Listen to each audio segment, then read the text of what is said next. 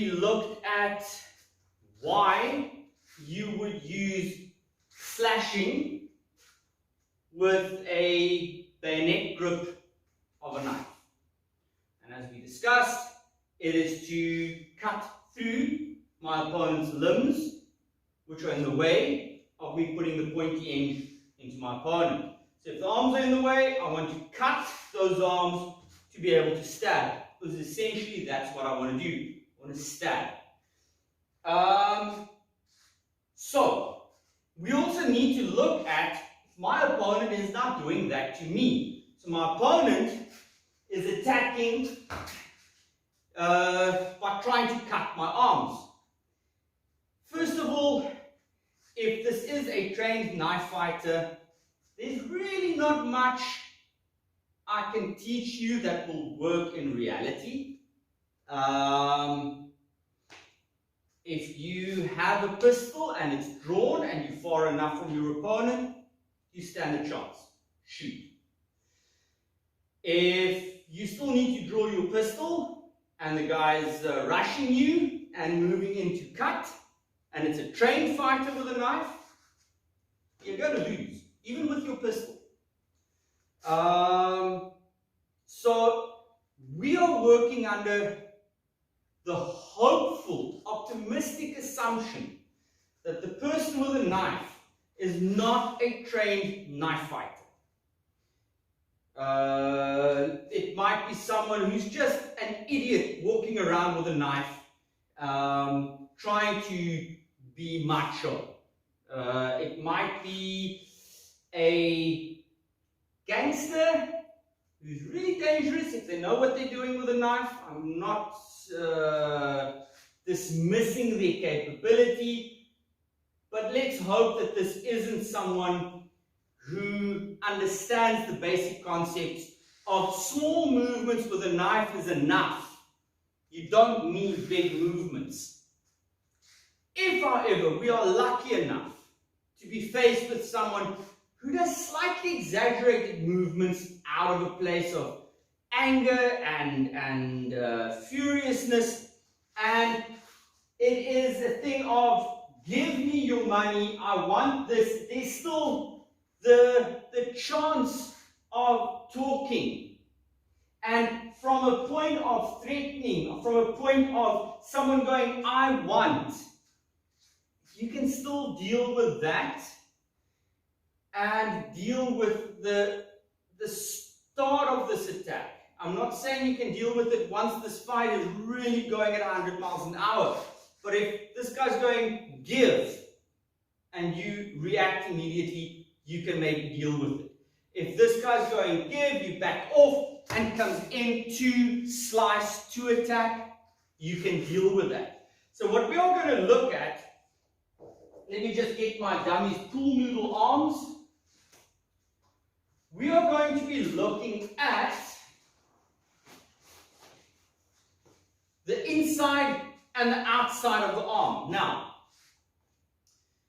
if you look at the pool noodles here, it's a little bit difficult to get in between them, but we're going to work on that. So, if I get to the outside of the knife-wielding arm, the right arm has the knife, and I evaded the first slashing movement. That means I just got out the way. I don't want to get cut, so I back off. This arm will loop around to come to me again. It might lift and come through as a stab. Irrespective of what happens here, slash, stab, slash, slash, it doesn't matter. It's coming back.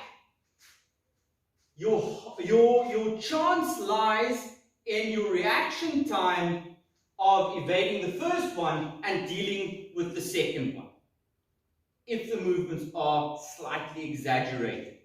So it's this, and I move in, and I trap the arm, I bump against the person, I use my whole body weight, and I go crashing against this person at 100 miles an hour.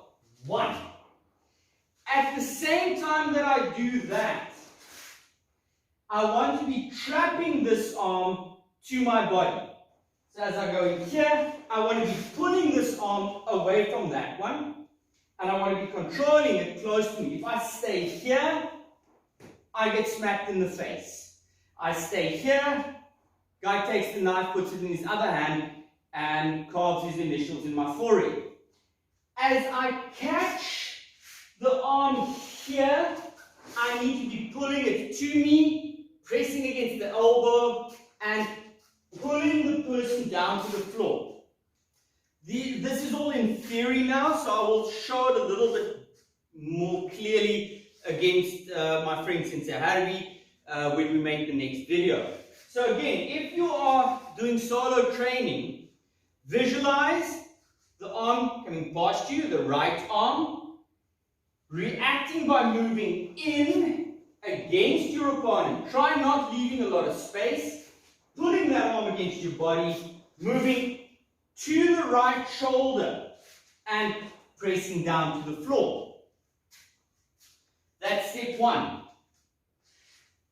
For argument's sake, let's say cut. Yeah, my timing was out, I was a bit scared of that one, but now I'm faced with the inside of the arm. Again, I'm hoping that this guy's really focused on the knife and not a dual fighter who can kind of go, right, I've got a knife here, and I've got a good fist and a slapping hand on this side. And I've got some legs to kick with. We're hoping this guy's focused only on the knife. So as the knife comes through for the second time, this time I'm going to rush in, and I'm going to try and wrap my arms around the knife. So I don't want it on my neck here, I want to trap with my right hand over, my left hand under, like a big crocodile biting over the arm, and then again I'm rushing in that direction. I want this arm as far away from this one as possible. I don't want them to meet. So from here, again I'm moving and I'm trying to put my opponent on the floor, either pulling forward or pushing backwards. But I want to trap that arm and keep it away from the other one. So let's look at that again. The arm came through, one, I evaded the next one, so I'm moving back. Ideally, if I had a jacket or a briefcase or a shopping bag or something that I'm kind of trying to cover myself.